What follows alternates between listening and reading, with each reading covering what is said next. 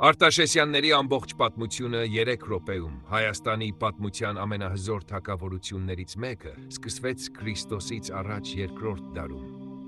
Այդ թագավորությունը կոչվում էր Արտաշեսյանների թագավորություն, ամեն ինչ սկսվեց արքա Արտաշես Ահից։ Նա միավորեց հայկական հողերը և հիմնեց նոր պետություն։ Նրա օրոք կառուցվեց նաև Արտաշատ քաղաքը, որը դարձավ Հայաստանի մայրաքաղաքը։ Հռոմեացիները նույնիսկ Արտաշատը անվանում էին հայկական Քարթագեն, բայց Արտաշեսյանների ամենահայտնի արք դարձավ Տիգրան Մեծը։ Նա իշխանության եկավ Քրիստոսից առաջ 95 թվականին և սկսեց մեծ նվաճումներ։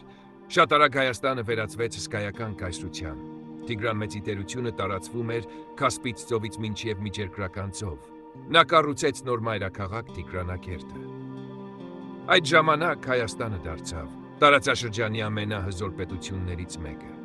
Նույնիսկ Հռոմեական Հանրապետությունը սկսեց անհանգստանալ Հայաստանի ուժից։ Շուտով սկսվեց պատերազմ Հռոմի դեմ։ Հռոմեացի զորավար Հուկուլլոսը ներխուժեց Հայաստան։ Չնայած Տիգրան Մեծը երկար պայքարեց, Հայաստանը աստիճանաբար կորցրեց իր տարածքների մի մասը։ Տիգրան Մեծից հետո գահ բարձրացավ նրա որդին Արտավազդ Բահը։ Նա խելացի արքա էր և փորձում էր հավասարակշռել Հռոմի ու Պարթևաստանի ուժերը, բայց իրավիճակը վտանգավոր էր։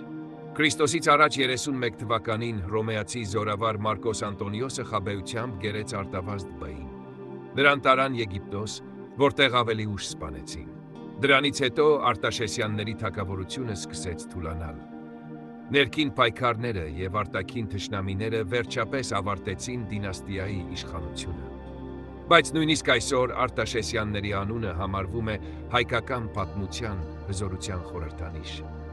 Իսկ Տիգրան Մեծը շարունակում է մնալ Հայաստանի ամենահայտնի արքաներից մեկը։